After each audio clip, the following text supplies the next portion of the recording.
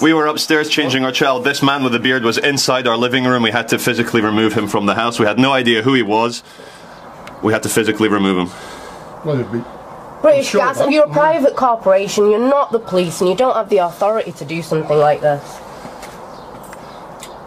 You don't. You don't. Otherwise, the police would deal with this. They would. You know, are a in this private country, employee, you know, in and this country, isn't fair. sometimes this government, we're allowed to defend ourselves if we find strange men in our houses. You're very lucky that nothing more serious happened there, sir.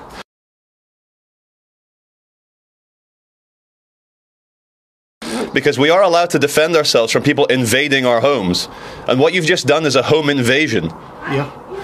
I have a newborn baby upstairs. If I find strange men in my house, it gets primitive.